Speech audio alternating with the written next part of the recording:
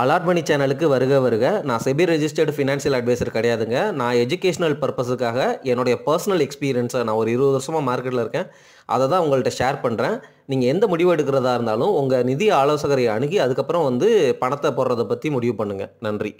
Alert சேனலுக்கு வருக வருக. இந்த சேனலுக்கு இன்னும் நீங்கள் சப்ஸ்கிரைப் பண்ணலைன்னா தயவு செஞ்சு சப்ஸ்கிரைப் பண்ணிக்கோங்க. பெல் பட்டனையும் கிளிக் பண்ணிக்கோங்க.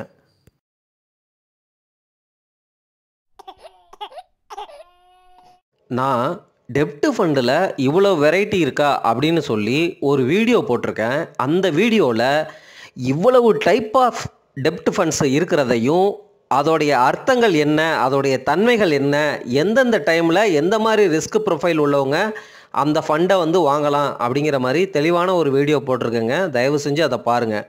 டெப்ட் ஃபண்டில் லெஃப்ட் சைடில் இருக்கிறது எல்லாமே ஒரு ரொம்ப சேஃபான வட்டி சேவிங்ஸ் பேங்க் அக்கௌண்ட்டு இல்லை அதை விட கொஞ்சம் அதிகமாக தரக்கூடிய ஒரு நல்ல ஃபண்ட்ஸு. அதுக்கப்புறம் ரெண்டாவது காலத்தில் உள்ளது பெட்டர் தேன் எஃப்டி அப்படிங்கிறதுல இந்த banking and PSU corporate bond fund அப்புறம் ஷார்ட் டியூரேஷன் இது மூணும் எஃப்டியை விட கொஞ்சம் அதிகமாக ரிட்டர்ன் கொடுக்கும். நல்லா சேஃபு தான், ஓரளவு சேஃபு தான். நீங்கள் ஃபண்டு மேனேஜர் மூலமாக போகிறதுனால ஓரளவு சேஃபான ஃபண்டு தான் அப்படிங்கிற மாதிரியும் பேசியிருந்தேன்.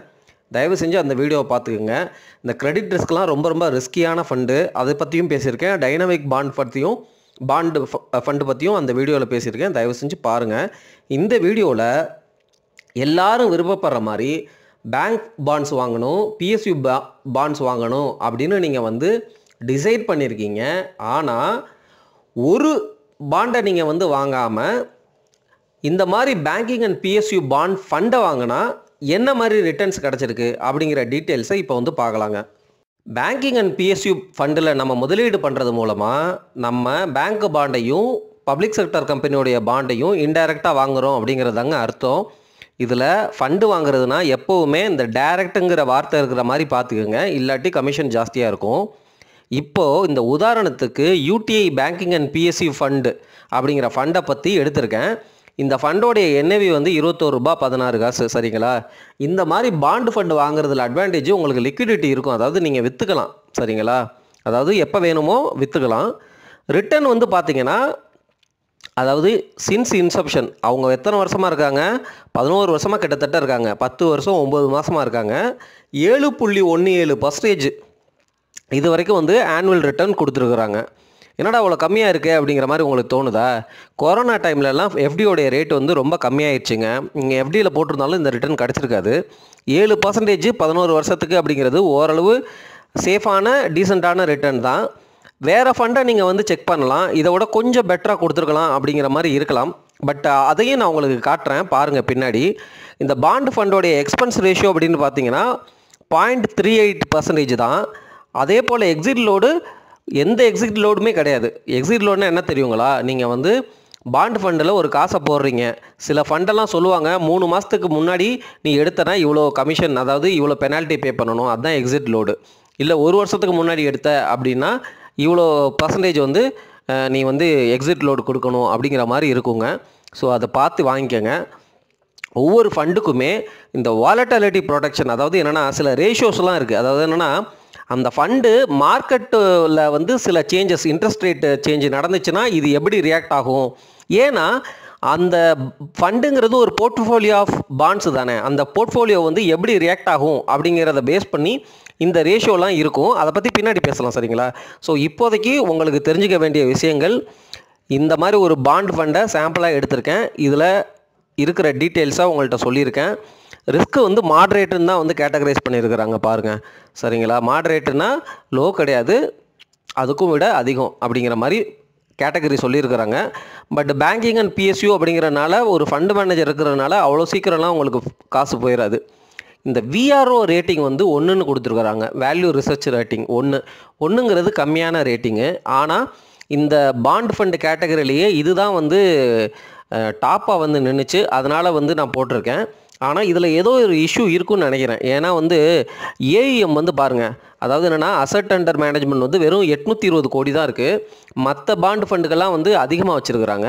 பட் இருந்தாலும் இது உதாரணம் தான் சரிங்களா. அதனால் நம்ம அடுத்த டீட்டெயில்ஸை பார்க்கலாம். இந்த UTI banking and PSU fund வந்து என்ன மாதிரி போர்ட்ஃபோலியோ வச்சுருக்கிறாங்க அப்படிங்கிறது தான்.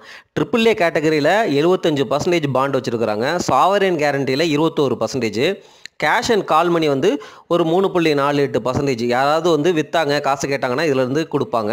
மற்ற அதர்ஸ் வந்து 0.3% வச்சுருக்கிறாங்க. அவங்களுடைய டாப் டெப்ட் ஹோல்டிங் வந்து பாருங்கள், சரிங்களா. மேக்ஸிமம் எல்லாமே ஒரு பிஎஸ்யூ கம்பெனி ப்ளஸ் பேங்கிங் இருக்கிறதுனால உங்களுக்கு வந்து சேஃப்டி வந்து இதில் ஜாஸ்தியாக இருக்கும் அப்படிங்கிறது தான். அதாவது இந்த கேட்டகரியிலேயே வந்து பாண்ட் ஃபண்ட் கேட்டகரியிலேயே இதில் சேஃப்டி வந்து ஜாஸ்தி. என்சிடிங்கிறது ஒன்றும் இல்லைங்க, என்சிடியும் பாண்டு மாதிரியே தான். ஆனால் என்சிடி வந்து யூனிட் ப்ரைஸ் வந்து 1000 ரூபாய், பாண்டுக்கெல்லாம் 1 லட்ச ரூபாய் கொடுக்கணும்.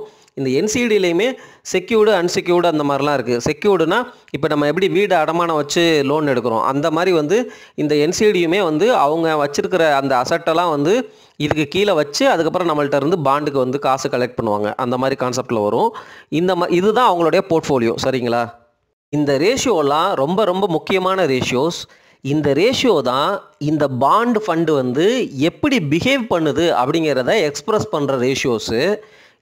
இதை பற்றி ஒவ்வொன்றா நம்ம பார்த்துடலாம். ஆல்ஃபா அப்படின்னா இப்போது ஒவ்வொரு பாண்டு ஃபண்டுக்கும் ஒரு பெஞ்ச் மார்க் இண்டெக்ஸ் மாதிரி இருக்கும், சரிங்களா. ஃபார் எக்ஸாம்பிள் நம்ம எப்பொழுதுமே ஸ்டாக் மார்க்கெட்டோடைய ரிட்டனை நிஃப்டி 50யோடைய ரிட்டனை விட இந்த ஃபண்டு மேனேஜர் எவ்வளோ பீட் பண்ணியிருக்கிறாரு அப்படிங்கிற மாதிரி மெஷர் பண்ணுவோம்ல. அதே மாதிரி தான் இந்த ஆல்ஃபா வேல்யூ என்ன நமக்கு காட்டும்னா இந்த ஃபண்டு பெஞ்ச் மார்க்கை விட எவ்வளவு அதிகமாக நமக்கு ரிட்டர்ன் கொடுக்குது அப்படிங்கிறத காட்டுறது தான் இந்த ஆல்ஃபா ரேஷியோ. இது வந்து அந்த ஃபண்டு மேனேஜரோடைய ஸ்கில்லு, எஃபிஷியன்சி. ஏன்னா ஒரு பாண்டு ஃபண்டு அப்படின்னா இன்ட்ரெஸ்ட் ரேட் சைக்கிளை பொறுத்து தான் நமக்கு ரிட்டர்ன்ஸ் இருக்கும். இவருடைய ஸ்கில்லை யூஸ் பண்ணி சில பாண்ட்ஸை விற்று வாங்கி கரெக்டான டைமில் கரெக்டான பாண்டை வாங்கி நமக்கு வந்து அதிகமாக ரிட்டர்ன் கொடுத்துருந்தாருன்னா இந்த ஆல்ஃபா அப்படிங்கிறது மூலமாக அதை வந்து நமக்கு தெரிஞ்சுக்கலாங்க. அதே போல் தான் இந்த ஷார்ப் ரேஷியோ அப்படிங்கிறதும். இந்த ஷார்ப் ரேஷியோ என்னென்னா இந்த ஃபண்டு மேனேஜர் எடுக்கிறாருல ரிஸ்க்கு, பாண்டை விற்று வாங்குறாருல, அதாவது என்னென்னா இந்த ஷார்ப் ரேஷியோ அதிகமாக இருந்துச்சுன்னா, அதாவது வேல்யூ அதிகமாக இருந்துச்சுன்னா அவர் எடுத்த ரிஸ்க்குக்கு நமக்கு கிடைக்கிற ரிட்டர்ன் வந்து ஜாஸ்தியாக இருக்குது அப்படின்னு அர்த்தம். ஷார்ப் ரேஷியோ கம்மியாக இருந்துச்சுன்னா அவர் ரிஸ்க்கு நிறைய எடுத்துருக்கிறாரு ஆனால் ரிட்டர்ன் நிறையா வரலை அப்படிங்கிறது தான் அதுக்கு அர்த்தம். சரி, பீட்டா அப்படிங்கிறது வந்து என்னென்னா, அதாவது நம்மளுடைய பாண்ட் ஃபண்டு ஒரு மார்க்கெட் சேஞ்சுக்கு எவ்வளோ சென்சிட்டிவாக இருக்குது அப்படிங்கிறது தான். உதாரணமாக ஆர்பிஐயோட இன்ட்ரெஸ்ட் ரேட் சைக்கிளுக்கு அதாவது சேஞ்ச் பண்ணுறாங்கன்னு வச்சுக்கோங்களேன், இந்த பாண்டு ஃபண்டு எவ்வளோ சென்சிட்டிவாக ரியாக்ட் ஆகுது. ஃபார் எக்ஸாம்பிள் ஆர்பிஐ வந்து ரேட்டை வந்து இன்க்ரீஸ் பண்ணுறாங்க அப்படின்னா பாண்டு ப்ரைஸ் வந்து குறையும்.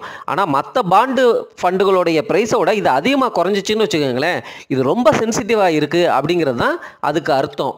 இப்போது இந்த பீட்டாவோடைய வேல்யூ 1 விட அதிகமாக இருந்துச்சுன்னா ரொம்ப வந்து சென்சிட்டிவாக இருக்குது, வாலட்டைலாக இருக்குது அப்படிங்கிறது தான் அர்த்தம்.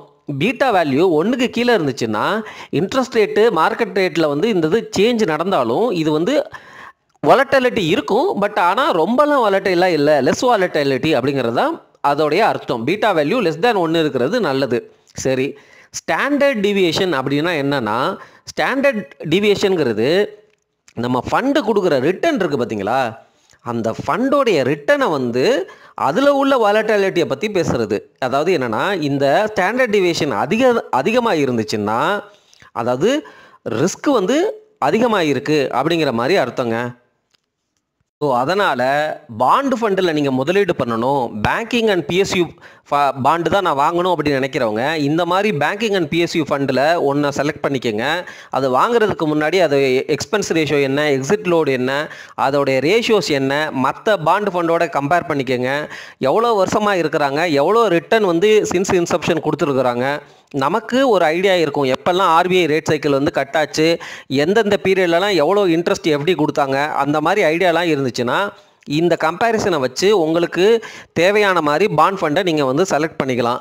இப்போது இதே பாண்டை நான் இப்போ சாம்பிள் காட்டினது UTI banking and PSU fund, அதை வந்து மற்ற பாண்ட் ஃபண்டோட கம்பேர் பண்ணும்பொழுது எக்ஸ்பென்ஸ் ரேஷியோ எல்லாமே பாருங்களேன், 0.38, 0.39, 0.33 கூட இருக்குது. பந்தன் பேங்கிங்கில் வந்து 0.33 கூட இருக்குது, அது கம்மியாக இருக்குது. ஆனால் இந்த அசட் அண்டர் மேனேஜ்மெண்ட் பாருங்கள், இந்த யூடிஐக்கு கம்மியாக இருக்குது, மற்றதுக்கு எல்லாமே வந்து 10,000 கோடி கிட்ட இருக்குது. ஸோ இந்த கேட்டகரியிலே உள்ள நிறைய பாண்ட் ஃபண்டை வந்து நீங்கள் கம்பேர் பண்ணி அதுக்கப்புறம் அந்த ரேஷியோஸோடைய வேல்யூவையும் பார்த்துட்டு நீங்கள் வந்து டிசைட் பண்ணலாம். இதெல்லாம் ரொம்ப அட்வான்ஸ்டாக ரொம்ப மீனிங்ஃபுல்லாக நீங்கள் வந்து இதை ஒவ்வொன்றா அர்த்தம் புரிஞ்சு இன்வெஸ்ட் பண்ண தான் உங்களுடைய இன்வெஸ்ட்மெண்ட்டோடைய எஃபிஷியன்சி கூடுது, அது மூலமாக உங்களுக்கு வர்ற ரிட்டர்னுடைய எஃபிஷியன்சியும் கூடும் அப்படிங்கிறத புரிஞ்சுக்கோங்க. இது ஃபண்டு தான். ஒருத்தர் இருக்கிறார் ஆல்ரெடி எக்ஸ்பென்ஸ் ரேஷியோ வாங்குறாரு, அது அவர் வந்து எக்ஸ்பர்ட்டு தான். பட் இருந்தாலும் நம்ம வந்து என்ன பண்ணுறோம், எக்ஸ்பர்ட்டுக்குள்ளேயே நல்ல எக்ஸ்பர்ட்டை வந்து கண்டுபிடிக்கிறதுக்கு இந்த மாதிரி வந்து ரேஷியோஸ் எல்லாம் புரிஞ்சுக்கிட்டு, இதோடைய டீட்டெயில்ஸ் எல்லாம் புரிஞ்சுக்கிட்டு கம்பேர் பண்ணிவிட்டு நம்ம இன்வெஸ்ட் பண்ணணும்.